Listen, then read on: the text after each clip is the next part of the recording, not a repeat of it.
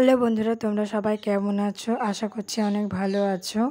তো আমি মাম্পি, আমার আরও একটা ভিডিওতে অনেক অনেক ভালোবাসা রইল তোমাদেরকে।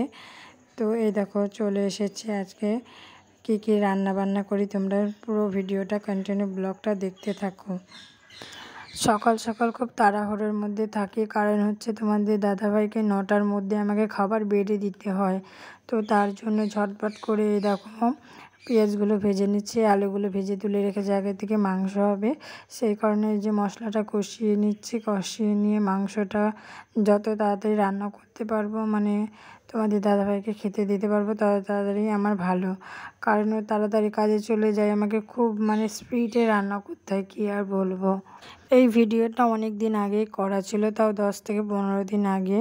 তো আজকে আমি এখন ভিডিওটা এডিটিং করছি, ভয়েস ওভার দিচ্ছি। তো ভাবলাম দেখো, ভিডিও যদি করা থাকে না, তো ডিলিট করতে কেমন খারাপ লাগে। তো আমি ভাবলাম থাক, যখন করাই আছে তখন ভিডিওটা আমি একটু এডিট করে ছেড়েই দিই। তো সেটাই করছি। তো এই দেখো 9টার মধ্যে খাওয়া দাওয়া তো কমপ্লিট। তো যে তোমাদের দাদাভাইকে তাড়াতাড়ি করে দিয়ে দিয়েছি, তো ও খেয়ে নিয়েছে। তো এই 5 মিনিট একটু বসবেও। তো আমার জন্য বাজার থেকে গিয়ে নিয়ে এসেছিলো নানপুরি। তো আমি সেটাই খাচ্ছিলাম। তো আমার খাওয়া দাওয়া হয়ে গেছে। তারপরে একটু সবাই গল্প করছিলাম, কারণ আজকে বাবাকে চেম্বারে নিয়ে যাবে দেখাতে, সেই ব্যাপারে একটু গল্প টল্প হচ্ছিল। তো তারপরে আমার আবার রান্নাবান্না আমি শুরু করে দিলাম। এই যে ভেন্ডি কাটছি, তারপর তোমার আলু কাটবো, আলু ভাজা হবে, ভেন্ডি ভাজা হবে, সেই কারণে। তো মা আজকে নিয়ে যাবে বাবাকে চেম্বারে।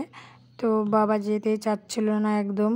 এই বলে যে পেট ব্যথা, বলে কি হ্যাঁ গ্যাস হয়েছে, ওই জন্য ব্যথা করে, আর যাবো না ডাক্তার দেখাতে, এমন কিছু হয়নি।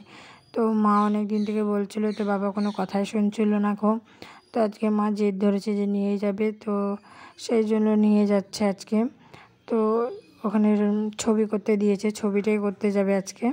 ছবি করার পরে রিপোর্ট দেবে সন্ধেবেলায়। তো সন্ধেবেলা বা সেই ডাক্তারটা বসে, তো তাকে একবারে দেখিয়ে তবেই বাড়ি ফিরবে। বললো যে আসতে রাত হয়ে যাবে, তুই বাড়ির দিকটা সামলিয়ে নিস। তাই আমি সেটাই করছি। তো আমি এই দেখো একদিকে ডাল বসিয়ে দিয়েছি, ডালটা সেদ্ধ হচ্ছে। তো সত্যি ভাবতে পারিনি, আমি তো অনেক দিন পরে ভয়েস ওভারটা দিয়েছি। আমি সত্যি সেদিন ভাবতে পারিনি যে এরকম আমাকে শুনতে হবে। তো ডাক্তার দেখিয়ে আসার পরে মা এসে বলছে যে ডাক্তার বলছে এখানে পারবে না খো, এখানে এই রোগের চিকিৎসা নেই, তাই বলেছে ডাক্তারে। তো বলছে এখানে ফেলে রেখো না খো, যত তাড়াতাড়ি পারো কলকাতায় নিয়ে চলে যাও। তো বাড়িতে এসে এরকম বলার পরে তো বাড়ির লোকজন বিশাল টেনশনে পড়ে গেছে। হঠাৎ করে যেতে বলছে। এবার মানুষের তো সব সময় টাকা পয়সা থাকে না, তো খুব অসুবিধার মধ্যেই ছিলাম সেই সময়টা। তো কী আর করা যাবে। তো তারপর সেই দিনই রাত্রে আলোচনা হলো সবার সাথে। তো সেই দিনই ভোরের ট্রেনে সবাই বাড়ির থেকে বেরিয়ে গেল। আমি আমার মতন শেয়ার করলাম, তোমাদের ভালো লাগলে তোমরা অনেক অনেক